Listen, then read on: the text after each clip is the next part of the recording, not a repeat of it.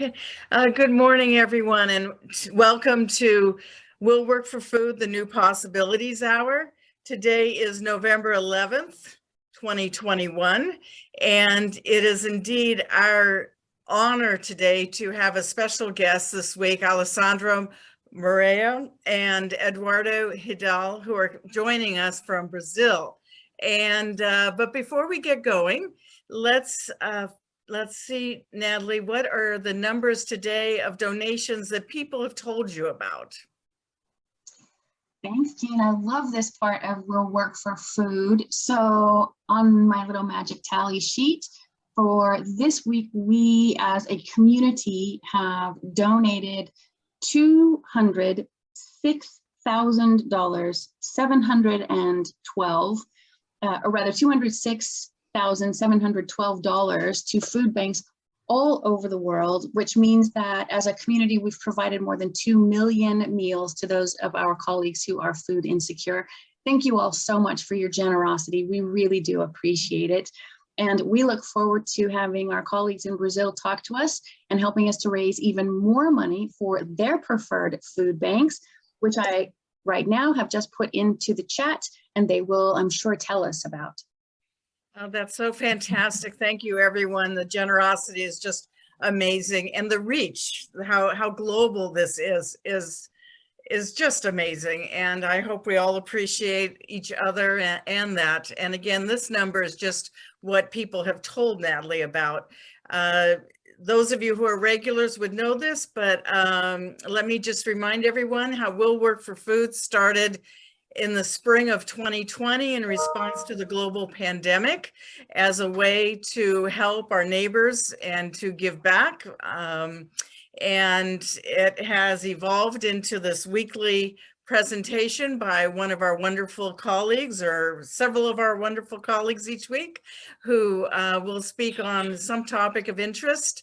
There's no charge for these programs, and the only request is, if you are so inclined, that you make a donation in some amount, however big or small, to either the food bank of the speakers or to your own personal preferred food bank. And your generosity, again, is so appreciated.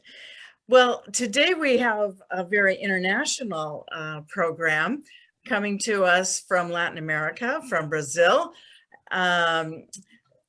Alessandra Mourão and Eduardo Hidal. They're presenting on one mediator, one negotiator, and one thought-provoking conversation.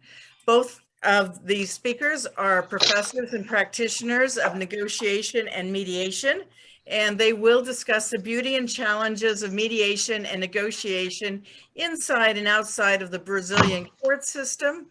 But their interest and involvement goes well beyond the Brazilian court system. They have backgrounds that are truly international and have been very active in all kinds of things. I would urge you to look them up on LinkedIn and to reach out and connect with each of them. So with that, why don't I turn this over to you, Alessandra, and you can tell us about your food bank, and then the floor is yours and Eduardo's, and we thank you so much. Well, thank you, Jean. Thank you very much, Natalie, for inviting both of us for this contribution here. I was telling you before we went on that I was just having lunch with my kids, and I was telling them how privileged we are to have a nice table for lunch, and that I was going to leave them before lunch was over to help other people to have food on the table as well. And it made me really feel so good, because my kids go like, "Go for it, Mom. I'm proud of you. We can finish lunch." And then later on, you tell us a little bit more about it and about the initiative. So it's a pleasure and also an honor to be here. And first of all, I'd like to congratulate you for the initiative.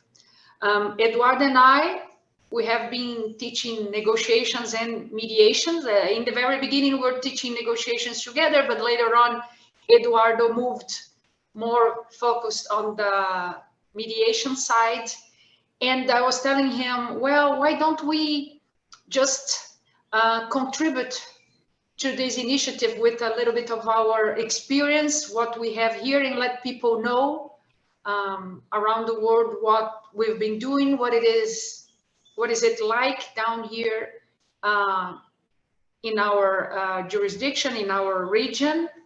And when I was invited to think of a food bank that could benefit from this program, I thought of one NGO we have down here, which is called Banco de Alimentos, which means exactly the food bank. That this is the name of the NGO. They are 23 years old, meaning that they've been doing their job, feeding people around this area for 23 years already. Very serious group of people. Just to give you an idea of the importance of their work, I was taking a look at their October report, and their work and donations and everything they've done have benefited 50,000 people last month. Last month, they have distributed around 5,000 boxes of basic food for several families. So they've been doing a great job, and I truly believe they deserve your contributions to keep moving forward with their work. So this is the food bank I would recommend people that would like to make donations in exchange for our talks today. If you could, I would strongly recommend the Brazilian NGO called Banco de Alimentos. Well, that's fantastic. Thank you. We'll do that again. The link is in the chat for everybody who would be looking for it. And if you would be so kind as to let Natalie, the founder of We'll Work for Food, know the amount of your contribution, then we'll be able to add that to our running total. Thank you so much. Well, how about if you take that floor back and tell us all about negotiation and life in Brazil. Thank you so much. Okay, good. Well, after the introduction of the food bank, I'd like to take this time to talk to my dear friend Eduardo Hidal about what we've been doing here in this area. 20 or so years ago, I wrote my first book on negotiations, and it was a book for lawyers, negotiation for lawyers. And believe it or not, 20 years ago, it was the very first book on negotiation for lawyers. My background is in law. That's what I practice every single day. And pretty much like any other lawyer, I could feel that our judiciary system was not able to handle all the cases. To give you an overview of what our jurisdiction is like, I went after some data, some numbers that could give you an idea of the size of the problem we have to solve down here. Last year, in the year 2020, 26 million new lawsuits were filed in this country. 26 million new cases only in the year of 2020. Of course, at the moment, we have around 80 million cases in progress, lawsuits in our courts. So you can have an idea how impossible it is to hire enough judges to take care of all cases. On the other hand, because our culture is not a culture of settlement, not yet, of alternative dispute resolution, a very small percentage of those cases actually settle. This is one huge problem. I know that in the States, for example, you have a large amount of cases being filed every day, but the settlement percentage you have is much higher than what we have here. So in face of such a situation, I decided to get involved with alternative dispute resolution, the ADRs, and more specifically with negotiations. Then I started inviting myself, volunteering to teach negotiations. And it was funny that I received several no's. People just telling me 20 years ago, saying, well, this is not lawyers' business. This is just for business administrators, other people, but not for lawyers. So this can give you an idea of how new this whole thing is for Brazilian legal professionals, judges, our court system. It's been developing really fast, but it's quite new still. We have in our country, I will ask Natalie, I'm sorry, but it's a professor's mania here. Do you have any idea how many lawyers there are in Brazil? If you had to guess how many lawyers we have here, Natalie, how many you think we have? Brazil is a huge country. I'm going to estimate that you have 325,000 attorneys nationwide. This is good number, 325. This is very precise. Well, believe it or not, we are 1.2 million.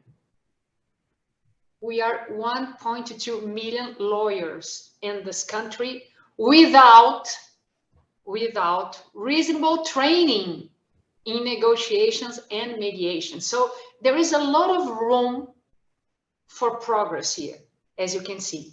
When we think of law schools, we have 1,200 law schools in this country.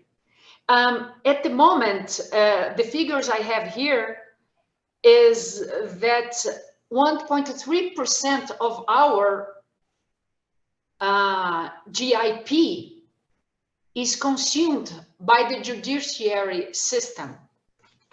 So you see, there is a whole bunch of problems to manage, a whole bunch of professionals to train, and a whole bunch of opportunities.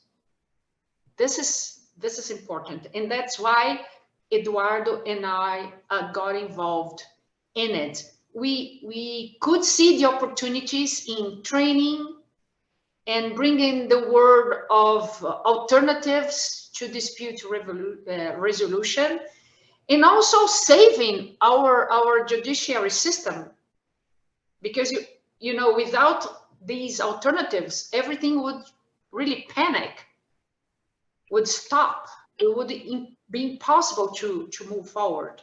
So that's how I began.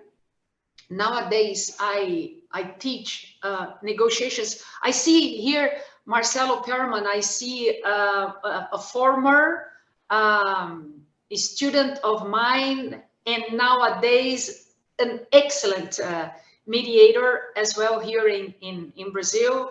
Nice to see you here, Marcelo. And Eduardo can also maybe add a little bit on how he sees also mediation, how it's been developing lately, and also bring news about a federal law we have now regulating mediation in this country. So you see, it's not a long history, but very dynamic. A lot has been happening lately. Eduardo. Okay. My background is in finance. I used to work for a large bank for a number of years. And then eventually I moved to negotiations and mediation. And then that's how I got to meet with Alessandra. We have a mediation law here in Brazil for about 5 years.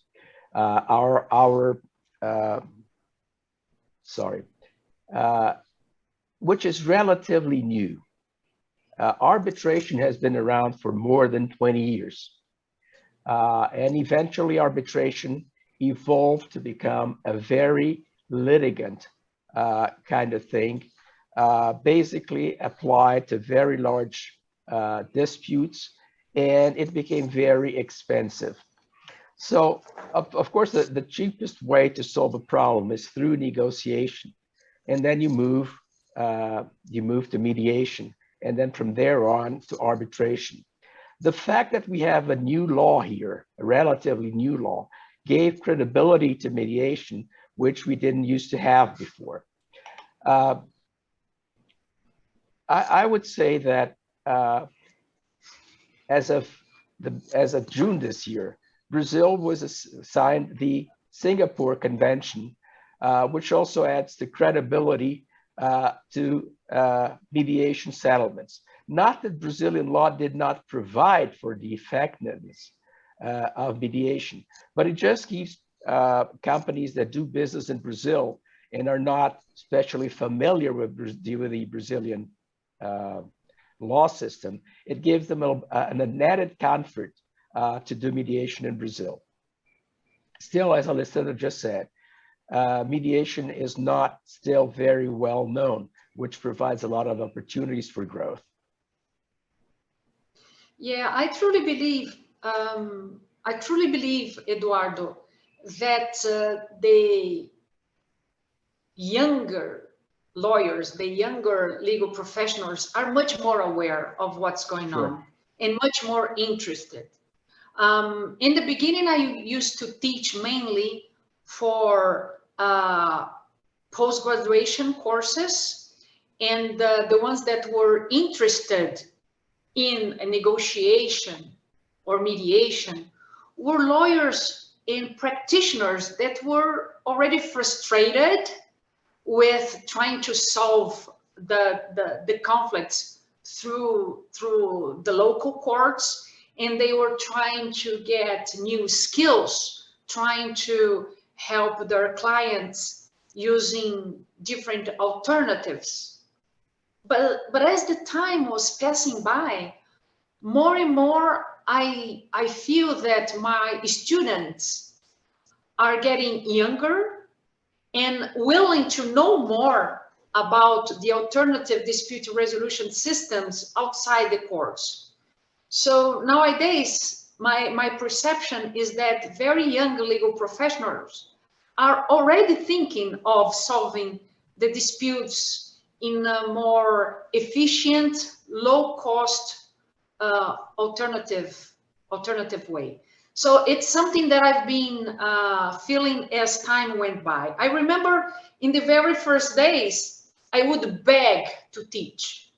I would beg for classes. I would beg for attention. Whereas nowadays, I just don't have enough time to reply to all invitations. Law schools all over the country are willing to bring negotiation, mediation, arbitration, other alternative models to the law schools. So I am very happy to see how fast we are moving. And the figures I have shared with you probably gave you an idea of the need to do so. With such large figures in terms of demands and the legal community, of course, we must go after these alternatives in a more efficient way. And as a practitioner, Eduardo, more and more, I see it as a point of interest from my clients. My clients many times came after the firm, not because we are good litigators, but because we are good negotiators, because we're very helpful in mediations. So you see that companies' time and the court's time, they are not even close to each other. The courts go real slow. They take very long to respond to the needs of the parties. And the businesses, they do need a much faster response.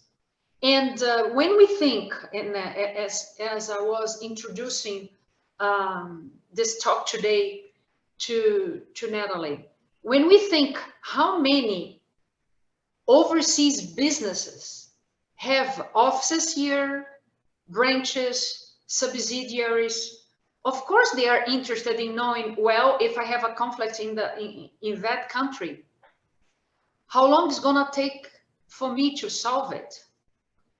How much it's gonna cost for me to solve it? So Eduardo, I truly think that when we, and I'm an entrepreneur, I have founded my firm 26 years ago.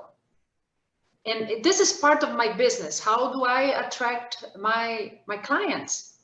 And one of the ways for doing so is offering some efficient way to solve conflicts, not only going through the court system, but doing it, in my case, directly, representing the party. And this is also something of importance. Many people here do not have a clear idea of the difference. They see negotiators and mediators as the same kind of profession. Do you have the same problem, Eduardo? Do you face the same situation that people go after you, a professional mediator, they seek your help when they are sometimes actually looking for a negotiator, and the other way around? Usually people don't understand the difference between negotiation and mediation. Essentially, people think that both do the same thing. The point is, as everyone here in this conversation knows, is that you go to mediation when you no longer are able to talk productively with the other side. So what the mediator says is help people talk and come up with their own decisions. It gives them a lot more latitude than a judicial decision. It gives them a lot more possibility to tailor the solution to their own needs. So not always a negotiator is able to make progress. And that's especially true when there are subjective issues, not just objective things that can be measured in dollars and cents to be solved. One thing I used to say is that when you're negotiating with somebody and they're just the two of you, when somebody else, the other side is talking, in your brain, in your mind, what you're trying to do is come up with the reasons why you're right and they're wrong. Nevertheless, when there is a third party with enough credibility, when the other side is talking, you try to figure out why is it that they are taking that position? What are their interests? Because you don't want to look bad to that third party, which is the mediator. And when you're talking yourself, you talk it in a different way, a much more respectful way. So essentially, the presence of a third party helps listening and helps talking, which sometimes in negotiation we just don't have. But don't you think that if we had better training for lawyers, because lawyers are the ones that are there representing the parties, if we had better training, do you think we would need mediation this much? Sometimes you do. I remember a case where I co-mediator in one of the large chambers here in Brazil. It was basically a supply contract from a foreign exporter and a Brazilian importer. And we walked through all the techniques, which basically to solve the problem. And at the end, after a long time, we found out, just by chance or by inquiry, that the two parties used to be friends. One used to work for the other. I'm talking about the representative in Brazil of a foreign firm and the owner of a local firm.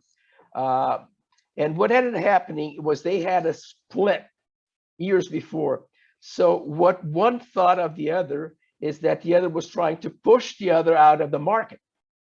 So until we were able to come up to that point, which there was a lot of subjectivity, we couldn't solve the problem. And when that was found out, and we were able to help them talk about it, then it was very easy to come to an agreement. So there are situations, particular situations, where you need a third party. But Alessandra is absolutely right. If people were better trained in negotiations, especially the lawyers who represent the parties, then you probably wouldn't need to go to mediation. Yeah, some time ago, I had a couple of very experienced mediators in my classroom as students.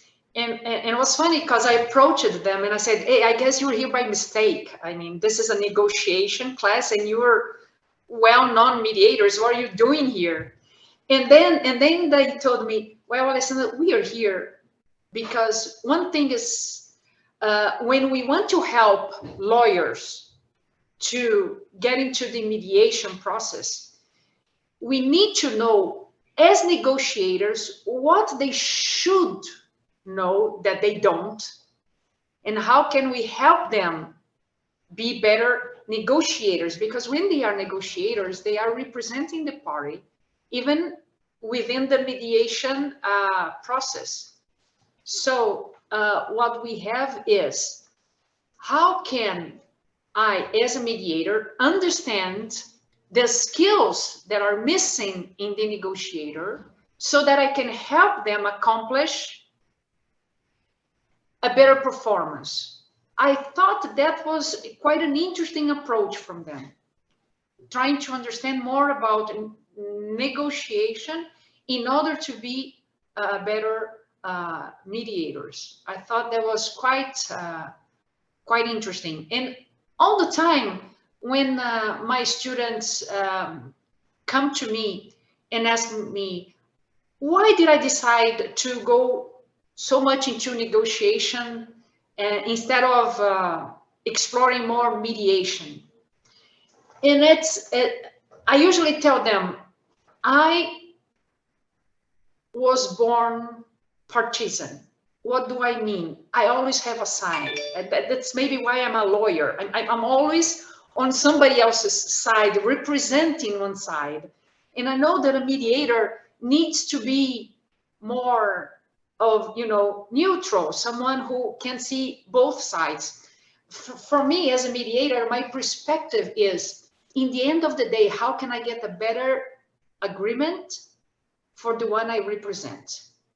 Despite the fact that I know that the other side, the person that is on the other side of the table, must be satisfied, must also reach its interests as well. Me, Alessandra, as a negotiator, I'm always trying to get the best possible agreement for the person that I represent. So I think there is a mindset of the negotiator that is different from the mindset of a mediator. When I'm at the table negotiating, I'm the party. And the mediator has to, you know, fight the perspective of being seen as someone defending a party. Because the other day I was saying, it doesn't only matter that you are neutral, but you must be seen as someone neutral, which is also a difficult task, I think, Eduardo, don't you? Absolutely. That's one of the ways that mediation can fail. So I usually tell people, if at any point you feel that I'm not being equidistant, I'm not being neutral, please let me know. Because if they have it and you don't know about it, then the mediation is going to fail. That's absolutely true. And what we used to say when we're teaching mediation is that you need to know what you can bring into mediation from your background and what you have to leave off. Because there are skills you need to bring into mediation, but there are things that are particular to your prior activity, be it being a lawyer, be it being a psychotherapist, whatever, that you need to leave behind if you are going to be successful in mediation. So absolutely true. The other things that typically make a mediation fail is when the people involved in the problem don't come to the mediation. Because when you're representing somebody as a lawyer, not necessarily the parties need to be there. As a matter of fact, in the United States, usually the parties don't say anything. The lawyers representing them is the one who does the talking.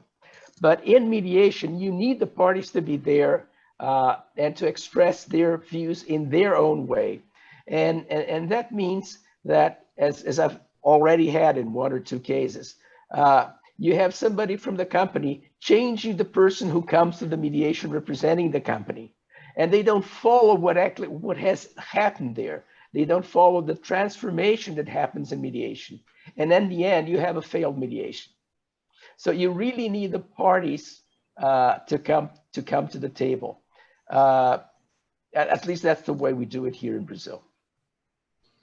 You know, another thing that has been of great interest down here, and it's maybe worth sharing with you from other regions of the planet, is that, like I said, for the past 20 years, things have been changing very fast. We mentioned here the mediation law, and it's a federal law, so it applies to all states in the country. And other laws have come in the past years. And these new laws have been demanding legal professionals to negotiate. And especially public servants, civil servants, government lawyers, they left law school with the dogma that they were not supposed to negotiate anything. A public asset is non-negotiable. This is how they left law school. And then, as time goes by, these new laws come up with the opportunity to negotiate leniency, agreements, tax, debts, and several other things that when I left law school were non-negotiable. Now imagine this practitioner is kind of lost. They don't know how to do, they don't know how to communicate with the other side. And this in negotiations down here, I would say it's a great challenge. Communications. See, we all know that attacking the other side, filing petitions, being aggressive either with the other side is something that a litigator does in a very comfortable way. But then they are supposed to sit down and negotiate and speak directly with the other side, and they just don't know how to do it. I sometimes joke with my students that there are professionals here that speak the same way they write a memo. They look like a live memo, you know, or a live petition. They don't know how to make a conversation, a natural conversation. So many years of, you know, just training in writing petitions and attacking the other side. So the two great elements of communication and relationship, I would say that for legal professionals, and I'm talking about these 1.2 million community that I mentioned, it's a big challenge. So I think mediators, Eduardo, are very valuable here in the sense that they would help communication and relationship between lawyers that do not have the practice, the skills to really talk to each other. Really. You're absolutely right, Alessandra, because usually when you file a suit, the relationship ends there. And what you really want to do, especially when you have a long-term relationship, is to keep the relationship going, like a supplier and a buyer, like a partners in a business, like family law. You need to do it in a way that people will continue to have a relationship afterwards. So if you can do it through negotiation, fine. If you cannot do it through negotiation, then going to mediation is the way to preserve these relationships. And as you said, especially when you get old-timer lawyers, they're not familiar with it. So the presence of a third independent party, a neutral party, can help in that particular area. Of course, Eduardo, I must recognize that lately more and more law schools are bringing negotiation, mediation, and arbitration to their programs. But still, when we think of the whole of the country, because we are both based in São Paulo, we have great law schools. We are avant-garde in terms of, you know, what's being discussed around the world. But the country is much bigger than that.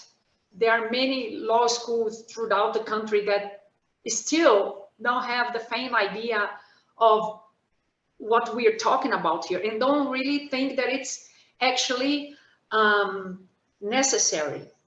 And I also see, and this is something, again, cultural. So at the moment, in my view, there are some professionals, some professors that are very much involved in spreading the word. Absolutely. And I'm very happy to see it. Very lots and lots of people really interested in spreading the word, letting other people know about these alternatives.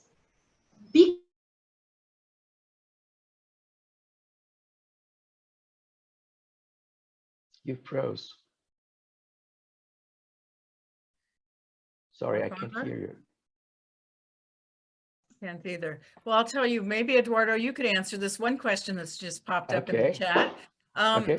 If you know, what is the average age of the 1.2 million attorneys that are out there? Are they tending to be young ones who have not had much experience with this, older ones who don't want to change, or, you know, just what is it that you find is you know, typical age range for the lawyers in Brazil? It would be a guess, but I've mediated very young lawyers and very old timers. I don't have the figures, but if I were to, Alessandra is saying that her power went down, but she'll come back soon. But going back to your question, if I were to guess, I would say about 40 years old. That's an average. And of course, averages don't tell much about it. Right. Well, you know, the thing that struck me is your background, for example, here. You have an engineering degree for your undergraduate degree, and then you have an MBA, Master's of Business Administration from Stanford here in the States. And then you went into banking and presumably engineering at some point in your life, started out maybe there, I don't know. But how is it that you ended up with negotiation? Do you find the negotiation skills were used in your work and then ended up doing what you're doing? Well, I didn't actually work very much in engineering. I started as a sales engineer, and then I went to do my MBA, and then I went into finance. And basically what I did in finance, the most I've done was credit. And when you're talking about credit, at times you have to restructure loans or you have to collect loans. So that's where the interest started from a business perspective. And of course, in that capacity, either drafting up a new credit agreement or restructuring or collecting, I worked very closely with lawyers. So that's where the interest came from. So my perspective is more of a business perspective as opposed to you know, what lawyers normally do. I used to work with lawyers. I still work with lawyers, but that's where the interest came from. Oh, that's fascinating. A lot of our attendees are not necessarily lawyers. You know, mediators, you can be a mediator, as you know, without being a lawyer. Absolutely. And so it's nice to see that. Yes. Another thing that really struck me was when Alessandra and you were both talking about negotiation. And I began thinking of movies, you know, with negotiators in them. And there is a movie called The Negotiator, which is pretty fascinating to watch the negotiation process there. But I think my favorite of those is Bridge of Spies with Tom Hanks. Have you seen it? And would you have any comments about the negotiations in there? No, I haven't seen it. I'm sorry. Yeah, that's okay. Well, you need to watch it. It's based on a true story. I'll do that. So why don't you take the floor back then and tell us more about what you were going to be telling us about negotiation. Okay. As I was saying, the mediation law is comparatively new in Brazil, and that's the reason. Well, Alessandra's back now, and that's why it really took quite a while for it to get approved through the legislative process. So, you know, arbitration has evolved in Brazil to becoming more of a process thing. And as a result, it became very expensive. Of course, it's much faster than the regular adjudication process. But it basically made cases which aren't large enough, aren't valuable enough, prohibitive to do an arbitration. And that's basically where mediation has been taking a stance, taking a room for mediation to grow. Alessandra's back now. Can you hear us, Alessandra? I can hear you. Can you hear me? Yes, we can hear you. Am I? So I guess, can you hear me? I guess everybody can hear me, but you, Alessandra. Yes. She's frozen again. Somewhere those wires, you know, coming up from the south all the way up to California and beyond must have gotten tangled. So what comes up to is the trend to include negotiation and mediation clauses in the agreements. Of course, you have to take into consideration how much time you will allow one of these alternative procedures to go on. Otherwise, this can go on forever. But there's a trend to include time frames, what we call staggered clauses. When you start with negotiation, when you go to mediation, and if you're going into arbitration or going into the legal system. But that's something that's been taken on. Not everybody is familiar with that here in the country, but it's something that's going on, and I think it's a useful trend to make disputes settle faster and in a less expensive way. Have you seen where some parties might have what you would call settlement counsel come to the mediations, not the trial counsel? You know, when earlier that Alessandra was talking about the differences in personalities, of course, which we all know that that's there. Have you seen that? And would you have any comments on that? Yes, Alessandra is a very high-profile negotiator, and I think that's a way of considering a settlement officer. And I think that most large law offices are moving in that direction. A law office with more than 100 people, they would have a settlement officer, somebody who's there just to do the negotiations and settle the cases. But that's also comparatively new. Yes, but that makes a lot of sense. Does anyone in the audience have a question that they would like to ask? We've got a little bit of time here. Hands raised, or just unmute yourself and speak up. We are a relatively small group here. No, okay. Well, what else might you want to share with us then, Eduardo? Oh, Alessandra's back as well. Yeah. Okay, good. Oh, I'm sorry, there's a thunderstorm going on down here, and I'm now being supported by my cell phone. I don't know what's going on, blackouts, I'm sorry, but it's summertime approaching us. So we start having the storms and the shortage of energy, but I'm back. I'm truly now supported by my cell phone. So well, Eduardo, what have I missed while I was we were talking about staggered clauses. Okay. Basically, when you move from negotiation, you move to mediation or move into some arbitration or going to the judge. And Jean was asking me about settlement officers. And I was saying that in large firms, let's say a firm of 100 lawyers, then you may have a settlement officer. And I was referring to you as a very able and successful settlement officer, although you basically do it through negotiation and not through mediation. Yes.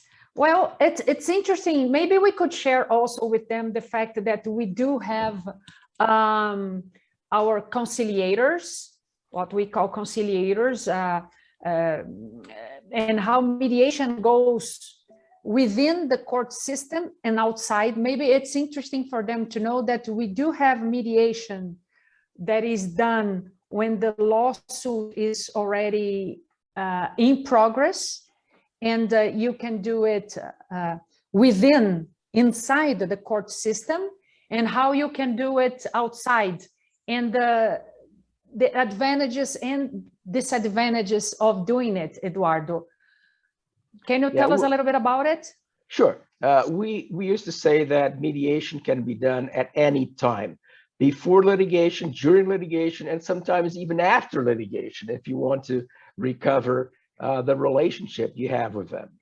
But there's a distinct difference between court mediation in Brazil and non-judicial mediation. And basically, when you're not in a court system, you can choose your mediator. When you do it in a court system, it's somebody who is appointed by the judge. Of course, parties are called to come to the first meeting to find out what mediation is about, and then they can decide to stay or not stay. But in the court system, you're not able to choose your mediator, and you have all sorts of mediations with all sorts of backgrounds, there's all sorts of experiences. So when you're doing outside the judicial system, you have the chance of picking up the chamber you like most, which mediator within that chamber, or you can do it an ad hoc mediation, but then you can choose who is going to handle the case for you. Yeah, and this is relevant here, Eduardo. Even before the mediation law, conciliators, the court mediators could be just anybody. And when I mean just anybody, please listen to it as really just anybody, the person without any kind of skill.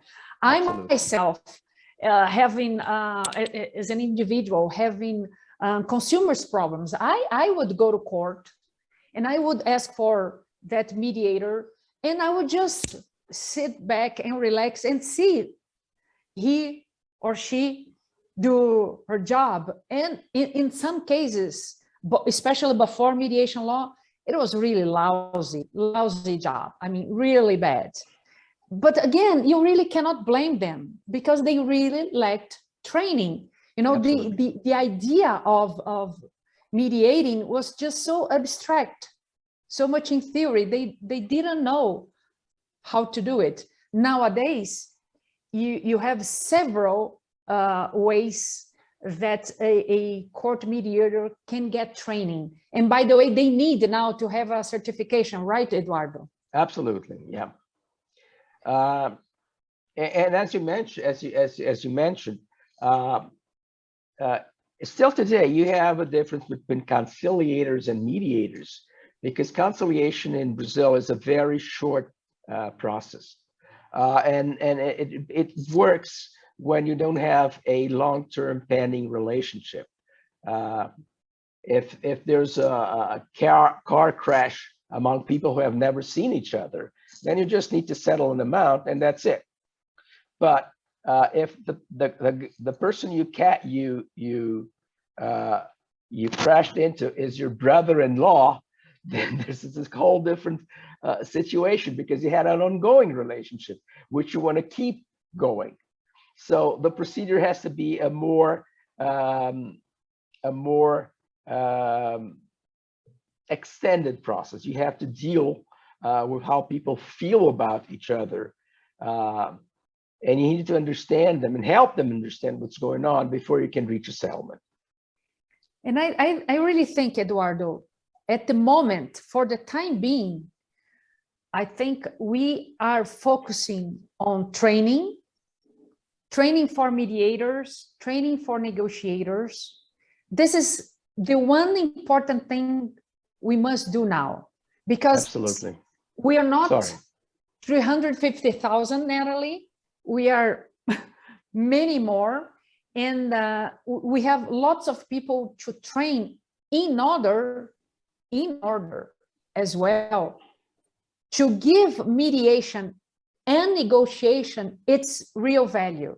Because if we don't do it well, people will not pursue that way. They will think that negotiation and mediation are not really something that they should seek. They should go the good old way, going to the courts and trying to litigate. So training at the moment, from my point of view, is of great relevance. It's the most important thing we must do in order to have more and more a larger community of skilled negotiators, skilled mediators, because more and more people are seeking for fast and less costly. I've been learning in my international conferences, that's what clients are looking for. They want it faster, they want it cheaper, they want it better. And surely it's not going to the courts that they are going to get this way. So at the moment, we see it, and we are, people like me and Eduardo, we are a culture changer, meaning that we are getting people to think in a different way so that in the future we'll have more and more agreements accommodating alternative dispute resolution and not only going straight to the courts as the only typical and classic way to solve their differences and conflicts. So as much as we work on the culture of ADRs, more and more, I believe we'll see agreements. And I know you were mentioning that when I got blacked out here. More and more we will have agreements and possibilities previously arranged of mediation and negotiation. That's how I see the moment we're living right now in our region here. Well, Alessandra, you mentioned your international connections, and I know that you are a former president, for example, of the Professional Ethics Committee of the International Bar Association based in London, and you have been a guest lecturer, guest professor in Lisbon to speak about negotiation. You've graduated from the Harvard Law School, Harvard Business School of the negotiation programs there. On an international basis, and we're getting near the top of the hour. So what do you see for international? Do you see it as pretty much the same things, different things? And what might you and Eduardo have for your closing comments? Okay, in my international experience, I see that everybody thinks that going to court is not good business. I mean, everywhere I go, this is something that I see for sure. People just don't want to take so long and spend so much in solving their problems. Last week, I was invited to be going to Africa, to Angola, to teach a group of legal professionals. And also, I go very often to Portugal, and in my international conferences, I can tell you, for example, being a member of the IBA, in our guidelines for the future of the legal profession, we state there that negotiation skills are part of legal training for any legal professional throughout the planet.